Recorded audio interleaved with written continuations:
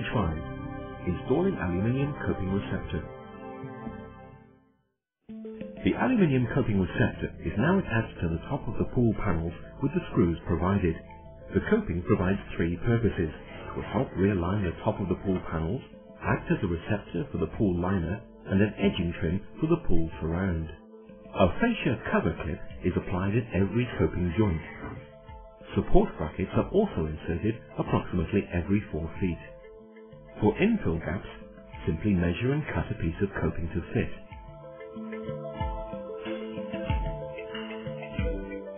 It's also a good idea to leave out one section of coping. This will allow access for the building material to enter the pool structure.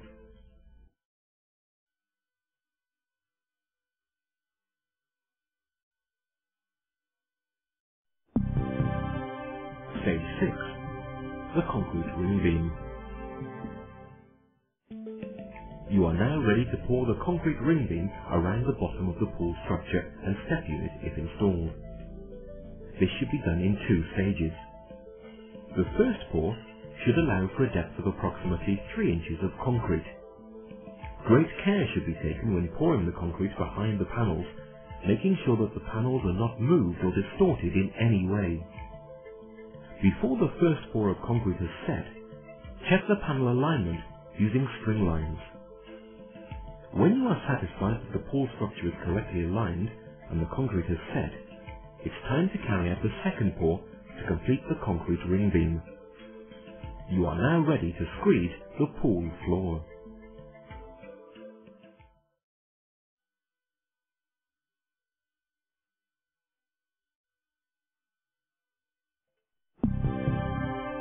Stage 7. The floor screed. The pool floor and banks are to be covered with a floor screed consisting of 4 parts building sand to 1 part cement.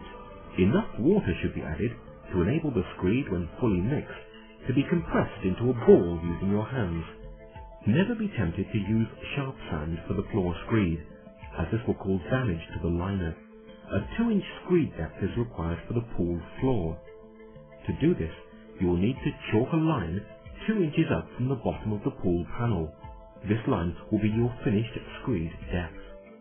If you have decided to opt for the 5-foot depth option, you will need to screed the side banks first.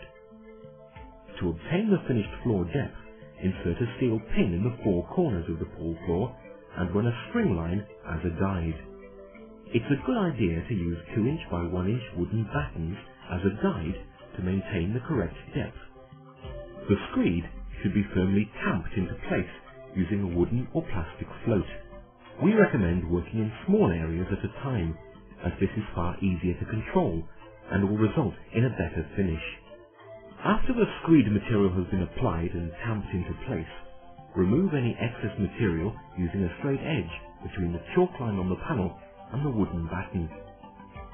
When you are happy with the finished depth of the screed, you will need to use a wooden or plastic float to achieve a semi-smooth finish. A steel float is then used to obtain a smooth finish.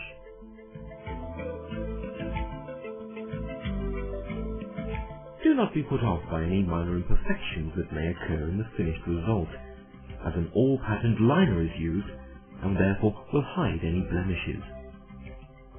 Again, when screeding the base of the pool, use wooden battens as a guide to make sure the correct depth is maintained. What could be easier? Always allow 24 hours for the floor screed to fully set before walking onto the pool floor. For any small imperfections that you may find in the screed the following day, use a small amount of neat cement to act as a filler.